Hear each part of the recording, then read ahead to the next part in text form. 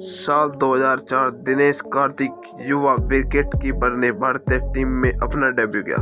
उनका क्रिकेट जीवन परवान चढ़ रहा था और सन 2007 में अपनी बचपन की दोस्त निकिता वंजारा से शादी कर ली। दिनेश और निकिता अपनी शादीशुदा जिंदगी में बड़े खुश थे। दिनेश रणजी ट्रॉफी में तमिलनाडु की कप्तानी भी कर रहे थे। उनके खास दोस्त थे तमिलनाडु की टीम के ओपनर जो बाद में भारतीय टीम का हिस्सा भी बने, मुरली विजय। तो एक दिन निकिता की मुलाकात दिनेश कार्तिक के इसी साथी खिलाड़ी मुरली विजय से हुई। मुरली विजय को निकिता भा गई। बोले वाले दिनेश कार्तिक इस बात को महसूस नहीं कर पाए। निकिता और मुरली विजय के बीच नजदीकियां बढ़ने लगी और कुछ ही समय में दोनों का अफेयर शुरू हो गया। दोनों खुलकर मिलने लगे। दिनेश कार्तिक के अलावा पूरी तमिलनाडु की टीम जानती थी कि मुरली विजय अपने कप्तान दिनेश कार्तिक की पत्नी के साथ इश्क लड़ा रहे हैं। फिर आया वर्ष 2012। निकिता प्रेग्नेंट हो गई, लेकिन तभी उसने धमाका करते हुए यह बच्चा मुरली का है। दिनेश कार्तिक टूट गए। उन्होंने निकिता से तलाक ले लिया।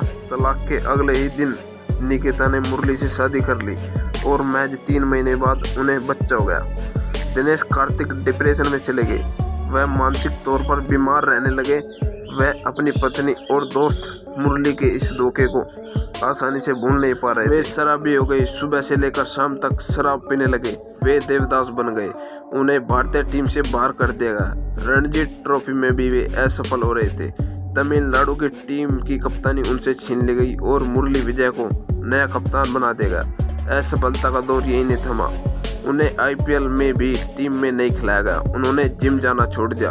अंत में दिनेश इतना हताश हो गए कि आत्महत्या कर लेने की बात करने लगे। तभी एक दिन जिम के ट्रेनर उनके घर पहुंचे। उन्होंने दिनेश कार्तिक की बुरी अवस्था में पाया। उन्होंने कार्तिक को पकड़ा और सीधा जिम लेकर आ गए। कार्तिक ने मना किया, लेकिन ट्रेनर ने उनकी एक न सुनी। उसी जिम में भारतीय स्क्वैश की महिला चैंपियन दीपिका पल्लिकल भी आती थी। जब उन्होंने दिनेश कार्तिक की स्थिति देखी तो ट्रेनर के साथ उन्होंने भी दिनेश कार्तिक की काउंसलिंग शुरू कर दी। ट्रेनर और दीपिका के मेहनत रंग लाने लगी। अब दिनेश कार्तिक सुधार की राह पर। उधर दूसरी ओर मुरली विजय का खेल निरंतर डाउन होता जा रहा था। इधर मुरली विजय को भारतीय टीम से बाहर कर दिया गया। बाद में उनकी खराब फॉर्म को देखते हुए आईपीएल में चेन्नई सुपर किंग ने उन्हें बाहर का रास्ता दिखा दिया। दूसरी ओर दीपिका पल्लिकल के सहयोग से दिनेश कार्तिक नेट पर जोरदार अभ्यास करने लगे। इसका असर अब दिखने लगा और दिनेश कार्तिक घरेलू क्रिकेट में बड़े स्कोर बनाने लगे। शीघ्र ही उन्हें आईपीएल में भी चुन लिया गया और कोलकाता नाइट राइडर्स का भी कप्तान बना देगा।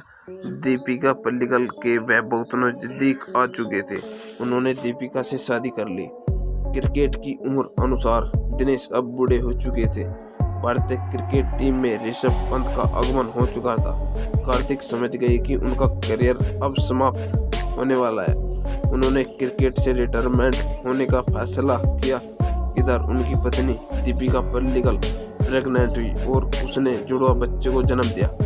दीपिका का स्क्वैश खेलना भी रुक गया। दीपिका और दिनेश कार्तिक की इच्छा थी कि उनका चेन्नई के सैब्रांत इलाके में पोइस गार्डन में एक बंगला हो। 2021 में चेन्नई के इसी इलाके में एक महलनुमा घर को खरीदने का ऑफर उनके पास है। दिनेश ने उसे खरीदने का फैसला कर लिया। सब आश्चर्य कर रहे थे कि जब दीपिका और दिनेश दोनों ही करीब करीब खेल की दुनिया से बाहर हो चुके हैं, तब इतना महंगा सौदा वे कैसा पूरा कर पाएंगे।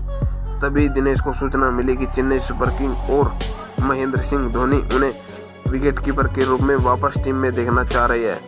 2022 का आईपीएल का ऑक्शन शुरू हुआ, लेकिन इस बार चेन्नई की जगह रॉयल चैलेंजर बेंगलुरु ने उन्हें खरीद लिया।